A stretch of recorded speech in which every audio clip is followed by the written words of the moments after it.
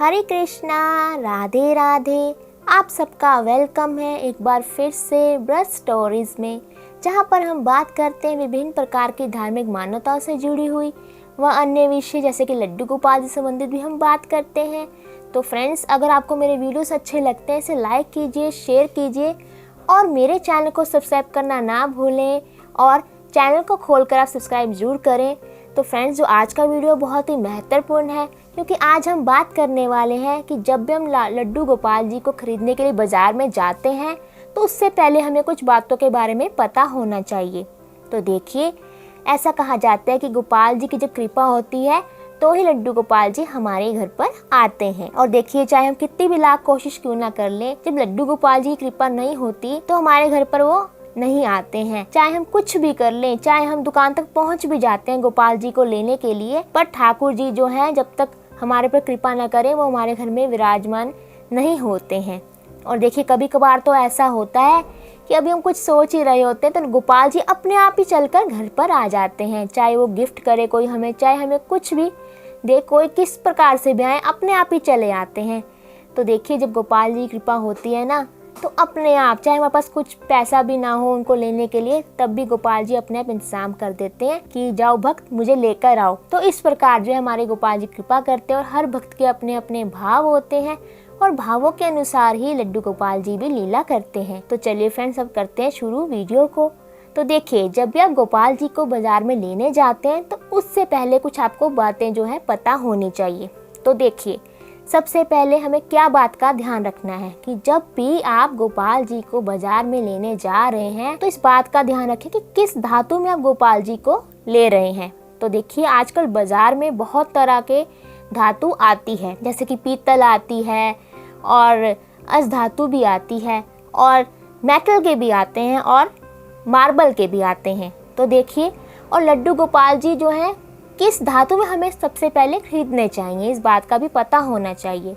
तो देखिए, शुद्ध धातु कौन सी होती है, जैसे कि पीतल हो गया और अस धातु भी शुद्ध माना जाता है, और हो गए पत्थर यानी कि मार्बल को भी शुद्ध माना जाता है। तो ये तीन धातुएं जो ऐसी कहा जाता है कि ये शुद्ध होती है जिसके हम लड्डू गोपाल जी खरीद सकते हैं। या फिर सोने के लड्डू गोपाल जी बने हों, चांदी के बने हों, अगर जिसका समर्थ है तो वो भी आप ले सकते हैं, बनवा सकते हैं लड्डू गोपाल जी सोना चांदी के भी।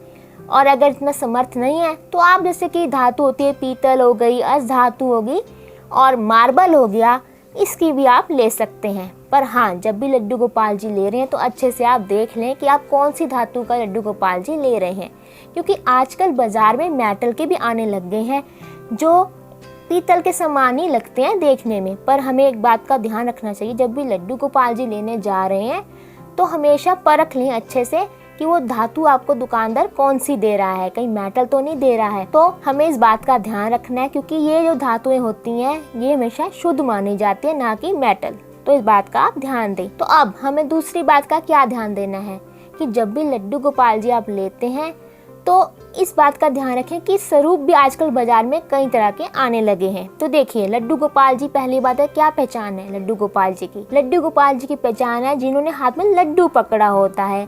जैसे कि आपको पता है बाजार में बहुत सारे आने लगे हैं, तो आगे की ओर हाथ होते हैं दोनों खुले हुए उनके, तो कई लोग उन्हें भी लड्डू गोपाल जी बोल देते हैं। बाकी वो आपकी मर्जी, आप कौन सा लेना चाहते हैं और किस भाव से उनकी सेवा करने चाहते हैं। पर जो लड्डू गोपाल जी होते हैं उन्होंने हाथ में लड्डू पकड़ा होता है तो उन्हें ही लड्डू गोपाल जी कहा जाता है। और पौराणिक धार्मिक मान्यताओं के अनुसार लड्डू गोपाल जी लड्डू पकड़े हुए को ही कहा जाता है। तो इस बात का भी आप ध्यान रखें।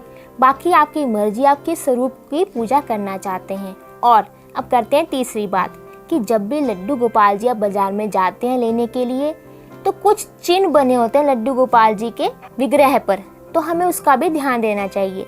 जैसे कि छाती पर बना होता है, चरण बने होते हैं छाती पर उनके, भृगु ऋषि के चरण होते हैं और वो होने भी बहुत ज़रूरी होते हैं क्योंकि हर लड्डू गोपाल जी के छाती पर चिन्ह होने बहुत ज़रूरी होते हैं। और जो पैर के, जो निचला पैर होता है उनका, जो नीचे की तरफ होता है पैर जिसके उस पर वो बैठे होते हैं, जिसके उस पर, तो आपने उस पर भी ध्यान देना है कि उस पर भी चिन्ह होते हैं। तो जब भी लड्डू गोपाल जी लें तो ध्यान दें कि उनकी छाती पर जो है चरण बना होना चाहिए और पैर के नीचे कुछ चिन्ह भी होने चाहिए। तो इस बात का आप ध्यान रखें। और जब भी गोपाल जी लेते हैं तो इस बात का ध्यान रखें कि आप छोटे ले रहे हैं बड़े ले रहे हैं, और जिसका आप श्रृंगार कर पाएँ उसी साइज़ के आप लड्डू गोपाल जी लें। तो आई होप आपको पता लग गया होगा कि किन बातों का हमें ध्यान रखना है लड्डू गोपाल जी खरीदते समय, और क्या क्या चीज़ें हमें ध्यान में रखनी चाहिए। तो अगर आपको मेरा वीडियो अच्छा लगा है तो इसे लाइक कीजिए, शेयर कीजिए और मेरे चैनल को सब्सक्राइब करना ना भूलें। हरे कृष्णा, राधे राधे।